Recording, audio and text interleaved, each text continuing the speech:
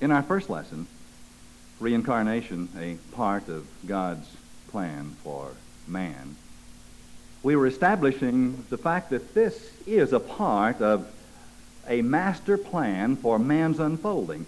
And if reincarnation is a part of a master plan, then it must have a purpose or a goal, because anything that divine intelligence creates is a movement with a direction and a definite and marvelous purpose. And we considered the possibility that reincarnation is to lead man out of his three-dimensional human consciousness into his fourth-dimensional Christ or cosmic consciousness. And at that point, man becomes the resurrected or the whole person who was promised from the beginning. Now, this Christ or cosmic identity is the goal of every human being upon the earth. Whether they are aware of it or not, it is still their goal. A goal that was assigned to each one in their creation, in their formation. Reincarnation is the law of the human or earthly or three-dimensional person. And resurrection into the cosmic or Christ identity puts man under a new law, so that at that point, reincarnation is no longer necessary. You see, the whole idea is to get to the point where we do not need this lower law or this experience. And at that point, we are under new orders, so to speak, and we become a new being under the grace of God. A person with a divine nature who has at his fingertips a wisdom and love that was beyond his experience a moment ago, and the capacity to feel, the power to perform far beyond his present conception. That's the purpose and the goal of reincarnation. Now, do you find it strange that most of the people, especially religious people, who accept life after death, do you find it strange that they violently reject the idea of life before birth? Isn't that rather peculiar when you think about it? Why should it be so hard to accept that if life can exist beyond this body, that it can also have existed prior to this body? If life is going to be resurrected again at any place in the universe, in a body, what is that but reincarnation? Is that not your life in another body, living out an experience? That's what reincarnation is. Reincarnation is not a statement that you have many lives. It is a statement that you are one life, living itself eternally in many forms or opportunities of experience and of expression. Now, anything that can happen once can happen twice. Any mathematician will tell you that. Or it can happen many times over. In fact, what could be stranger or more startling than the fact that we live right now?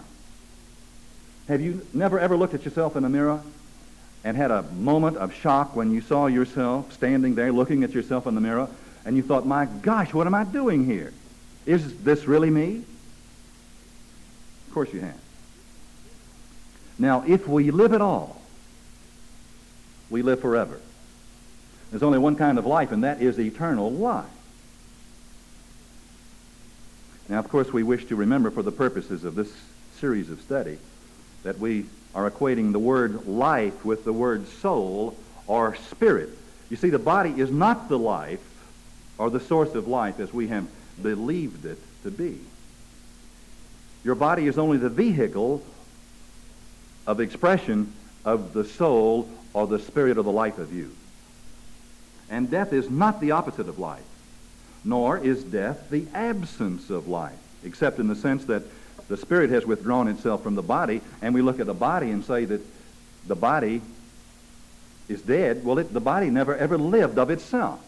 All that it was for a period of time was a vehicle of expression for the life that still lives but has just vacated its former apartment. That's all. The complementary word should be birth and death, not life and death. You see, we have used and confused these words. Life is not dependent on the body. Body is dependent on life. And life is cause, body is effect. Now, when life is withdrawn from the body has nothing to sustain it and breaks up into its original atomic forms, ashes to ashes, dust to dust, the Scriptures state. But nothing is lost, absolutely nothing. No identity is lost, or let me say no real identity is lost. Life or spirit is eternal, and at our level, life is seeking to discover itself, to become aware of its own self, to become self-aware or self-conscious. And our primary purpose upon this earth is to lose our body identity. We've been so associated with our bodies and with forms outside ourselves that we have believed ourselves to be that body. And we never were, nor shall we ever be. And this identity must be lost so that we can become a part of the body of Christ, as the New Testament tells us, a part of that Christ consciousness, or to put on the whole armor of God. Now, our Judeo-Christian heritage has much to say about the soul re-entering this world in a body. And our class next week will be what the Scriptures reveal about reincarnation, and I will be specifically speaking at that time about some of these statements. But first of all, the great word, or the good news, is in our New Testament and in the Old Testament that preceded it, and that Old Testament was the New Testament of Jesus Christ. The good news is that man is spirit or soul, and soul is eternal. And that's a pretty good start. That's a good place to start from. And man has not always known that about himself, and in some quarters today he still does not know that about himself, that he is an eternal expression and cannot die. In the funeral services that I perform, I usually use a prose poem by an unknown author called There Is No Death. And these services, those moments are great and beautiful experiences for me. There is no tragedy in what we have called death. This is the experience of a spirit that still lives. Something that we need to get into our consciousness and work with, because we will be having this experience with other spirits, other souls, and with our own in the passage of time.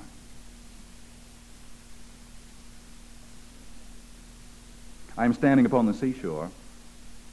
A ship at my side spreads her white sails to the morning breeze and starts for the blue ocean. She is an object of beauty and strength, and I stand and watch her until at length she hangs like a speck of white cloud just where the sea and sky come together to mingle with each other. Then someone at my side says, "There, she's gone." Gone where? Gone from my sight. That's all. She is just as large in mast and hull and spar as she was when she left my side, and she is just as able to bear her load of living weight to her destined port. Her diminished size is in me, not in her. And just at the moment when someone at my side says, "There, she's gone," there are other eyes watching her coming, and other voices taking up the glad shout, "There she comes." And that is dying. There is no death. James Dillard Freeman wrote in an article called Another Dawn, to understand the meaning of death, we must understand the meaning of life. Looking at life, we see that all things change. But although all things change, nothing perishes. Things only change. If this is true in the world of things, how much more true it is in the world of mind. Soul has a substance of its own, no less permanent for being immaterial, no less real for being invisible. We cannot measure it with calipers or weigh it in balance. We cannot feel it with our fingers or see it with our eyes. But it is there, substantial, real. It changes, but it will not perish. Life does not begin with birth. It does not end with death. Life is an eternal process, an eternal progress. This visible form, this audible voice, this aggregation of organs, this network of ideas, we are more than these. These are the trappings of visibility, and we are an expression of the spirit of life. Life is the work of a grand and kind intelligence and has an order and a meaning far beyond our power to see at this moment. But we can trust this intelligence that made the world. We were not made for dying, or for failure, or for pain. We are meant to live gloriously. We are the children of the infinite. We have a divine destiny, and we are advancing toward this destiny. Out of the infinite we came, and into the infinite we return. But we are upward bound. We have risen through an eternity of experiences. We shall go higher yet through other experiences. And that is reincarnation. Question: what happens when we die?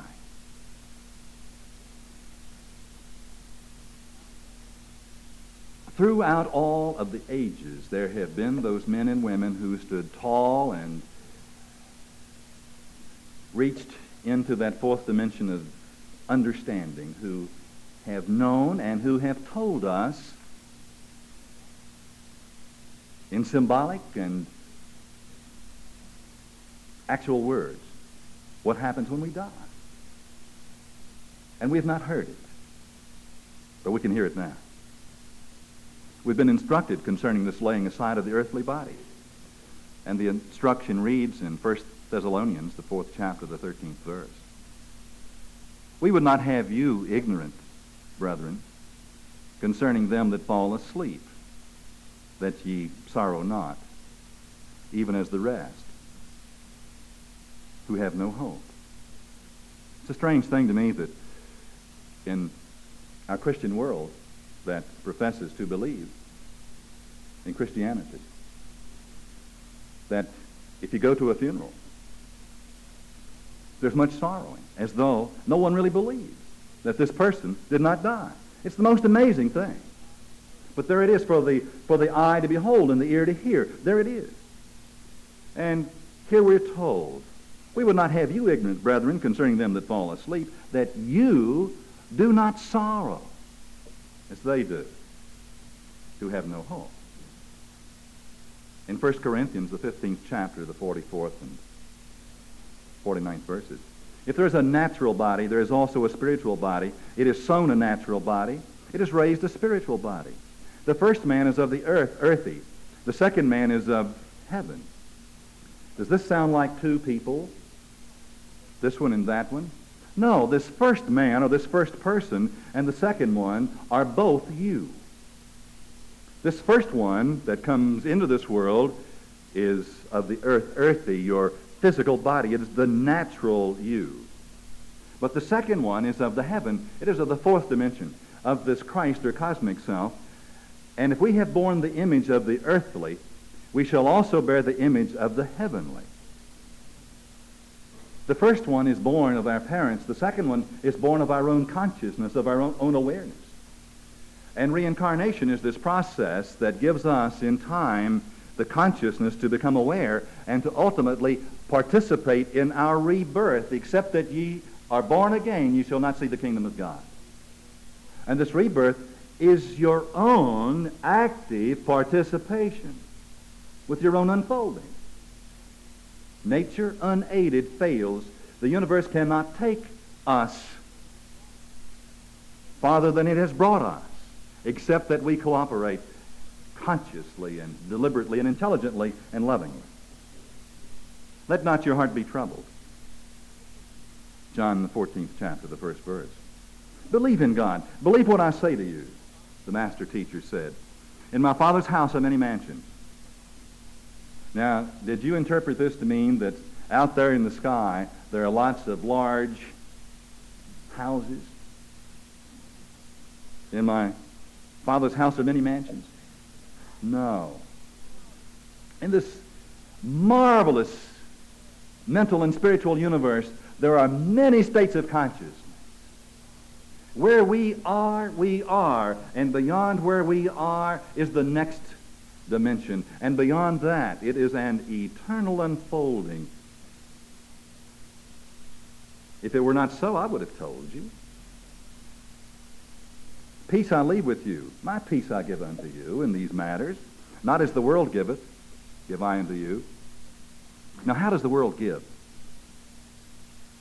You see, we have suspected that maybe life was given to us to be taken away, like the world gives. Remember when you were a child and you were playing with your friend down the street, and your friend did not like the way you were playing and took the toy that he or she had given you and went running and screaming home? Remember how that was?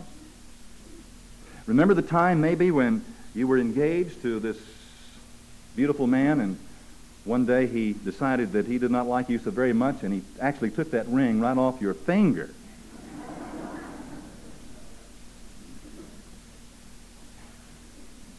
Remember the reluctance that you felt in releasing it?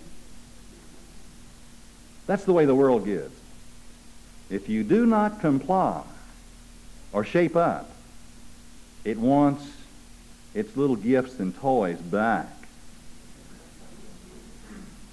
Now my peace I leave with you, not as the world giveth, give I unto you.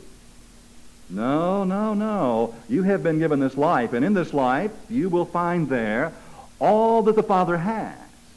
And it can never be taken away from you. That is your peace. You cannot die. Question: is there any scientific proof that we live after death? Answer: it depends on what you mean by proof. There was a time in my thinking when if I had seen Lazarus brought forth, I would have been looking back behind for the gimmick in the background. That would not have proven it to me. It can be proven to us from within. But there is some scientific validation that life and personal identity extend beyond the body experience. And some of the best work has been done by Dr. Elizabeth Kubler-Ross, a psychiatrist who is internationally known and accepted. And her reports of the experiences of dying patients are well-grounded and sound and supportable. These reports initially astonished her because as a psychiatrist she was working with the dying and their families, helping them to peacefully accept this terminal experience, she thought. And at times she found out that it was not terminal at all, because so many of the patients that died didn't stay dead, and they came back and reported that even when they were dead, they weren't dead. Now, that shocked her pretty good, and she began to explore hundreds of patients. And in 1969 published this book on death and dying, and has since received international attention as the result of her work. Now, there is a more recent book written by a physician, a psychiatrist, Dr. Raymond A. Moody. And Dr. Moody decided to become a psychiatrist in order to teach the philosophy of medicine in a medical school.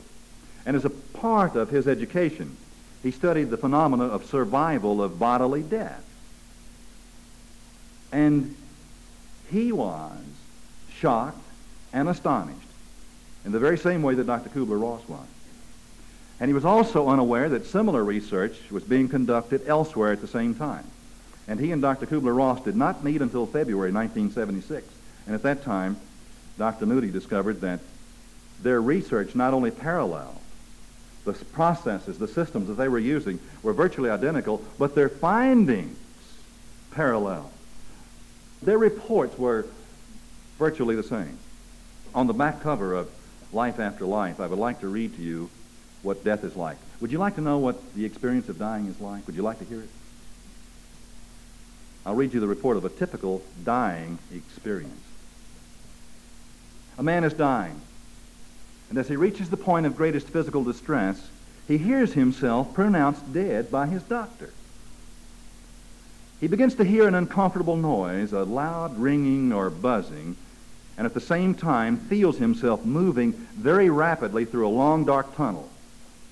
And after this, he finds himself outside of his own physical body. soon other things begin to happen. Other people come to meet him and to help him. He glimpses the spirits of relatives and friends who have already died. And a loving, warm spirit of a kind he has never encountered before appears. A being of light who comforts and guides. That's a typical experience reported. Dr. Kubler-Ross was in the city recently, and she told a newspaper reporter, and I quote, "Almost everyone fears death. Yet my research during the past 8 years with people who have been declared dead and have then come back indicates that death is usually an incredibly beautiful experience." I'll repeat that. Death is usually an incredibly beautiful experience. She is convinced that there is life after death.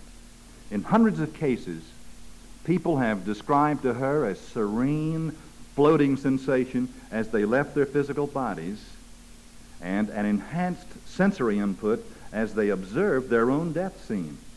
For example, people in traffic accidents have been able to recall license numbers of cars which drove by and didn't stop. A blind woman could see the colors of the outfits of all the people who were around her when she died. A blind woman. People who have died and come back say consistently that they have been met by someone who died before them. Always is the report of this presence of light and of love, the peace, the certainty, the informed certainty that they experience.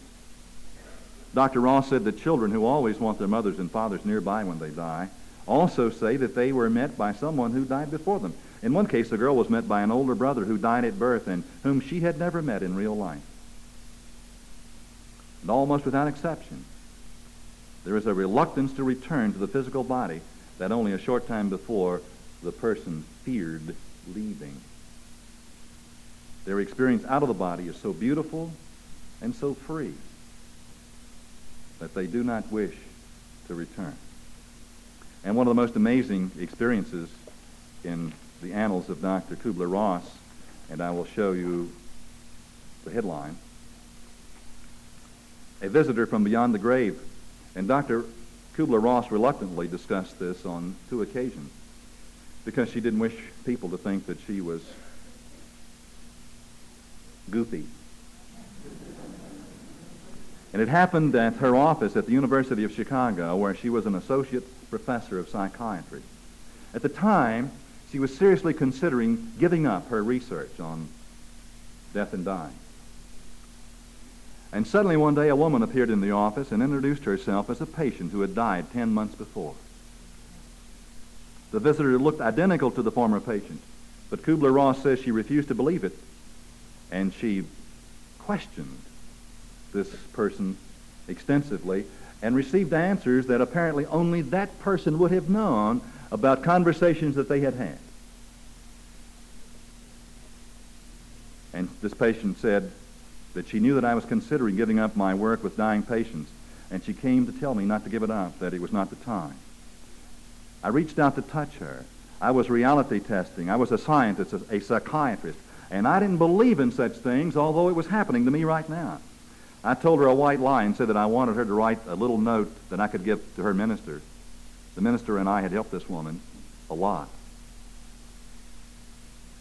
And she smiled in this all-knowing way, like she knew very well what my intentions were. And later, that handwriting was checked out by an expert who said that, yes, it was the writing of the deceased person. And Dr. Kubler-Ross has that note preserved under glass, she said. And if it had not come, if that experience had not come at that time, she would have given up her research. How many times have we read that we entertain angels unaware? I have a Reader's Digest story of October 1974 by Victor Solol, a filmmaker who heads his own company, and he died for 23 minutes. He was dead for 23 minutes. And his experience is parallel.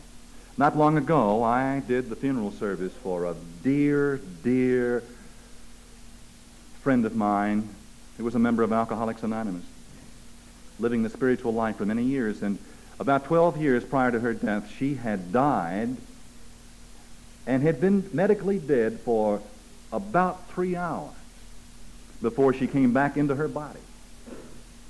And without having this information as a background, she told me the story that is identical to the description that I have given you.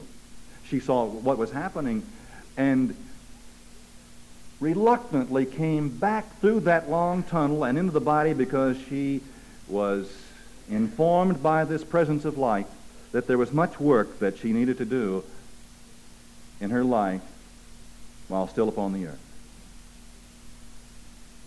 In this last transition, it was caused by cancer. She had a painful form of cancer. And never have I seen a person who so sweetly and serenely moved forward into the experience of death.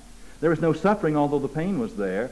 And she anticipated with great eagerness and joy not to escape life, because she was meeting her life daily and regularly and far more beautifully than most that we know. She died with great dignity and beauty. But she was moving into the known for her. She had been there before and knew what she was stepping back into. Last year I did a retreat in Texas, and a person who came to that retreat was agnostic and disturbed and upset and wondered what he was doing there. And a few short weeks later, he called me one day here, long distance, and that very day he had been in his doctor's office. His doctor was a friend and gave him an injection of penicillin. He immediately went into anaphylactic shock and died medically. He went through the same tunnel experience and came out and found himself standing in the corner of the doctor's office, watching his friend working over his body with his nurses there. And he could see everything in detail and could read and feel the thoughts and emotions of his friend, the doctor, who was crying and sobbing inside himself because he had caused the death of his friend. And he wanted to say to him and cried out, but could not be heard, "I am not dead. I'm standing here in the corner. Can you not see me?" And he knew that they could not. And in that experience, he was informed of many things, of the presence of this light, of God, and of his eternal identity. And he knew that he must come back into this life to live it better for a time. And he called me that very afternoon, and you talk about a changed person. He was changed.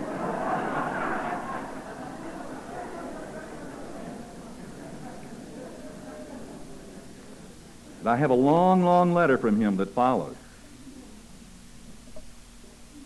Question: where are we and what are we doing while we are dead?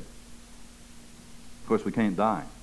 Well, for every objective or visible level of the mind, there is a subjective or invisible equivalent of that state. In other words, we're here and we are visible, and so is everything around us. But there is an invisible vibration that is the equivalent of this. So that when we die, we do not go anywhere in the sense of real estate or time.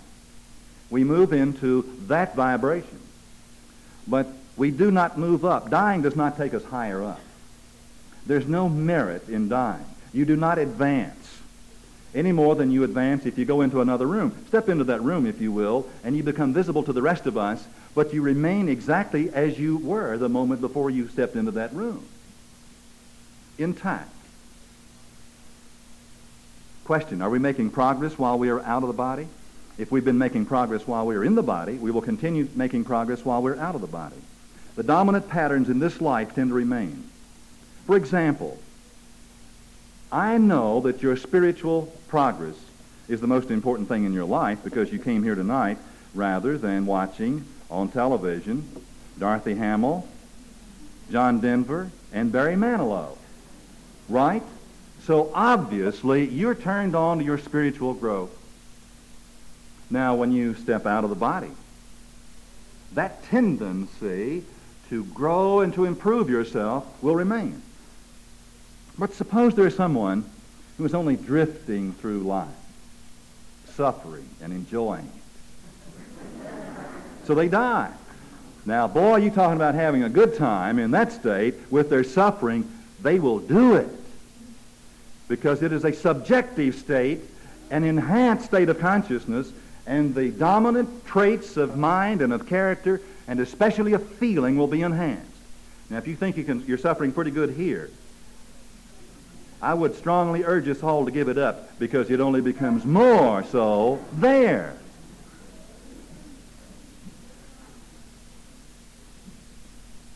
The person is obsessed with material things or sexually obsessed. They'll go out into that life and continue pursuing that which they pursued, even though it's not available.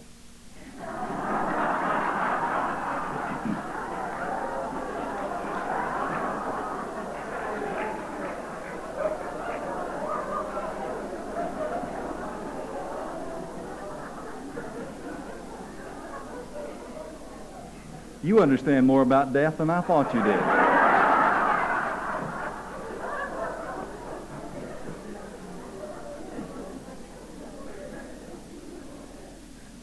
Suppose a person spends their time and energy and talent on the golf course. That's what they think about all the time.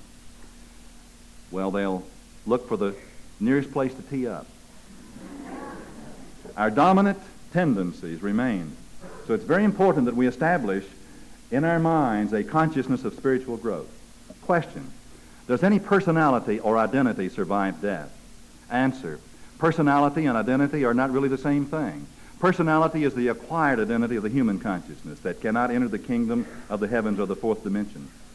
Personality, for example, believes itself to be white or black or Catholic or Protestant or Jewish or atheist or 24 or 42 years old, rich or poor, brilliant or stupid. Personality has one sister and two brothers, grew up in Milwaukee and will retire in Florida.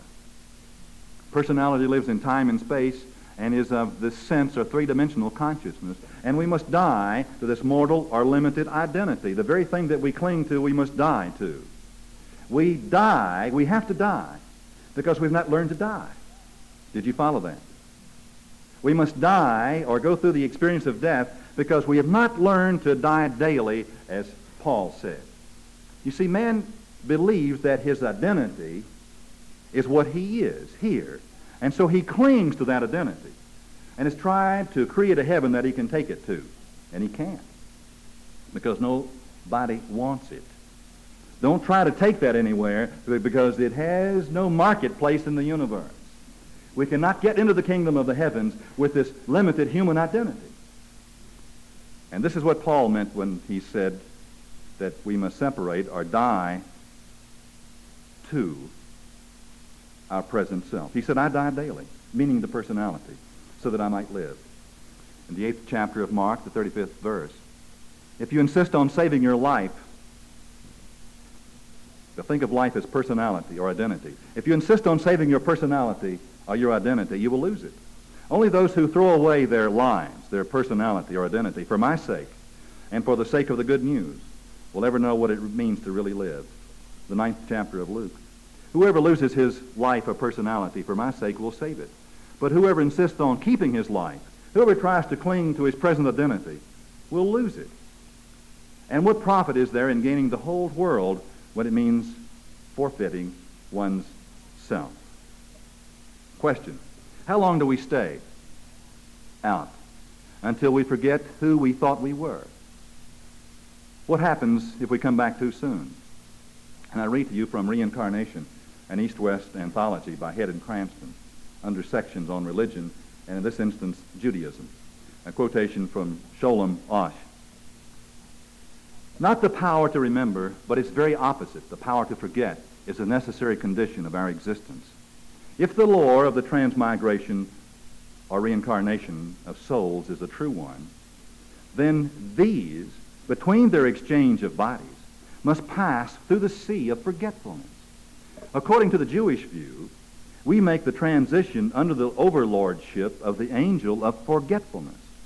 But, as sometimes happens, the angel of forgetfulness, himself forgets to remove from our memories the records of the former world.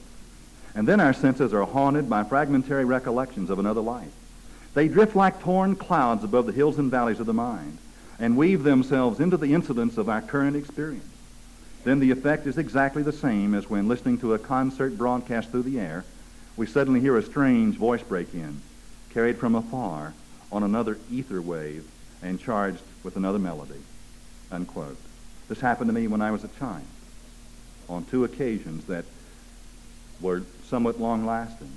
And the experiences of former lives were so real and concrete, so much more real than the one in which I was experiencing, that it was very, very confusing, especially since the life I was in was not pleasant, and these appeared to be, and I was homesick for that place, those places. That's what happens when we come back and still remember. Question: how are our parents chosen? Do we choose our parents, or does God? Answer: it's not so much that parents or personalities are chosen. Situations are selected. Infinite intelligence working through you selects the type of situation that has growth potential for you. This is not a conscious choice. It is more like we would think of a computer readout. Don't think of it as you sitting up on some cloud-like substance surrounded by beautiful colors, filled with a sudden surge of all-knowingness and the desire to return to the earth, looking down here and saying, gosh, I think I'll pick out that darling little couple to be my next parents. It's not like that. If it was like that, we would have chosen better the last time. Why did so many of us select situations that we struggled in and ran from and cursed? Well, you see, we do not get what we want. We get what we need for our growth experience. Don't think of it either as God saying, golly, little Mary Sue there is a bright little spirit, and last time she was on the earth she did so well, and since she's been here she has been hovering around my feet, and I think I will reward her with an easy trip this time and with a delightful, well-educated set of parents, so that when she grows up it will be finishing school and a trip to Europe every year. No, it's not like that. Our karmic patterns are really computerized, and we draw situations that will force us to face ourselves more and more and more. Life is rigged, friends. And it is going to force us to look at ourselves and to examine what we are not so that we can become what we already are. Conscious beings working out our destiny in cooperation with infinite intelligence. And the patterns reflected in our karmic state find avenues of attraction. When does the soul enter the body? Obviously, re-entry is between the moment of conception and the time of birth. There are many statements and theories on the actual time, and I frankly don't know for certain, although I have what I think is a good idea. And it would be pure speculation, so I won't tell you when that is. But it's not really important, because we did come into the body sometime between conception and birth. It's only important if you are concerned about abortion. And that leads to the next question, which will be the first question, next lesson.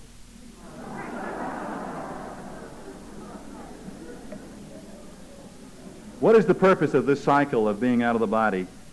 It's to prepare us for a new experience upon the earth, a new season of learning and growing and discovering. And from the prophet by Gibran, fare you well, people of Orphalese. This day has ended, this life. A day is but a life. A life is but a day. It is closing upon us, even as the water lily upon its own tomorrow. What was given us here we shall keep. And if it suffices not, then again must we come together and together stretch our hands unto the giver. If in this lifetime and the ones that preceded it, if we have not achieved or accomplished or gained enough in consciousness and wisdom and understanding and love to know who and what we are so that we can think and feel from the highest identity, then we will come again and stretch our hands unto the giver. Forget not that I shall come back to you. A little while, and my longing shall gather dust and foam for another body. A little while, a moment of rest upon the wind, and another woman shall bear me. So it is. That is reincarnation.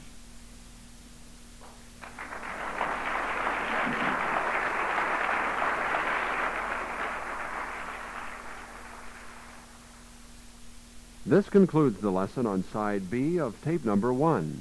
Now proceed to tape number 2 for the continuation of Reincarnation, Karma, and Resurrection.